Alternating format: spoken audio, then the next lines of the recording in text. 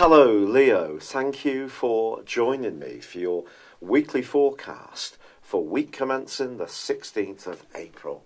This week sees a sensational new moon in a very exciting part of your situation. If you're someone who tends to love what you know, your routines, this is really going to ask you to step outside of those and be a bit more daring. Because this new moon is about adventure, it's about independence, it's about travel, it's about higher education, it's about being more physically active, it's about being more spontaneous. So it's asking you to really take this opportunity to be very much in the here and now. And part of this is coming from the fact that the new moon combines with Uranus. Uranus, of course, is a restless influence which has been in this part of your situation since 2011 full time. And it's probably, at times, seen you a little bit unsure about some of the daily grind and at times yearning for a change of scene. But making it happen hasn't always been easy. Now, of course, Mercury has been in this sector too, rotating backwards recently until the end of last week. The great news is that Mercury is going forwards now, so any plans to travel, or if there have been any discussions you've been having about agreements or contracts that have seemed a bit delayed or blocked, these can now start to melt away. There is one cautionary note. By the end of this week, Mercury does go into a square with Saturn, the planet of restriction, and it's still possible that some obligations and responsibilities you have can still throttle you a little bit, cramp your style if you like, and maybe there are some choices to be made. But this is a week when you can also do extremely well when it comes to the more material plane and perhaps also around your love life. But more materially, Venus, which made that fabulous link to Mars last week, and of course Neptune, well, that's forging an ace angle to Pluto. If there is a situation you've been working on patiently, painstakingly, to do with finances, to do with developing some kind of material asset, it could really come up to the boil in a very positive way this week, and you could be very satisfied with progress.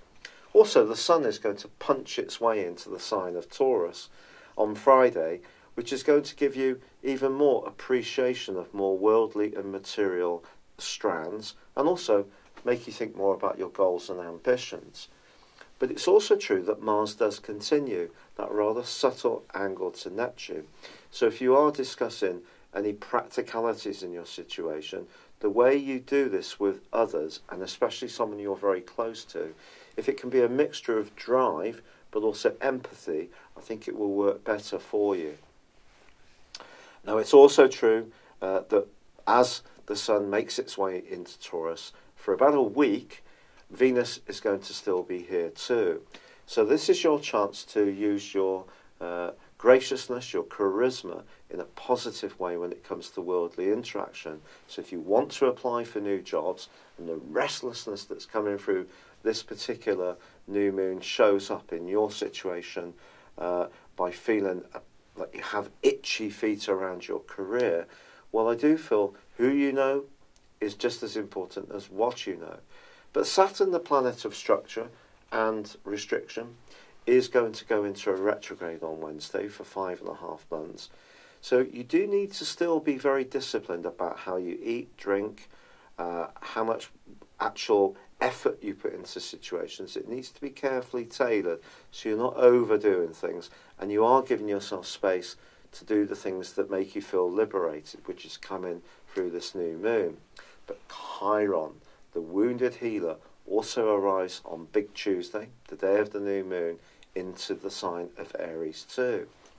So if there has been a sense in recent times that very closely shared alliances with other people, or your financial situation, or a property matter has been the area that you've been working on and trying to heal, now it's moving into an area which is about knowledge.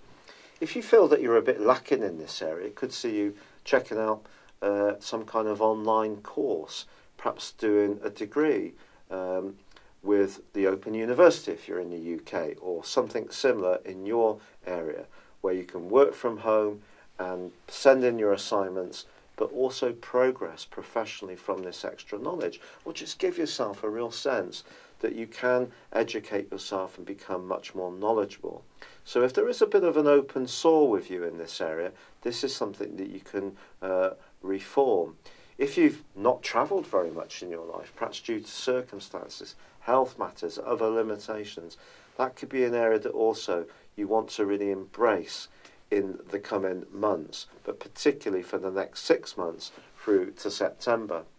But I'll tell you more about Chiron as we go on. But I do think this can be a very, very exciting time. It's just really about having the confidence to not necessarily be welded to the things we only know best. So the more risk-taking you can be in a sensible fashion, then the more success I think you can have.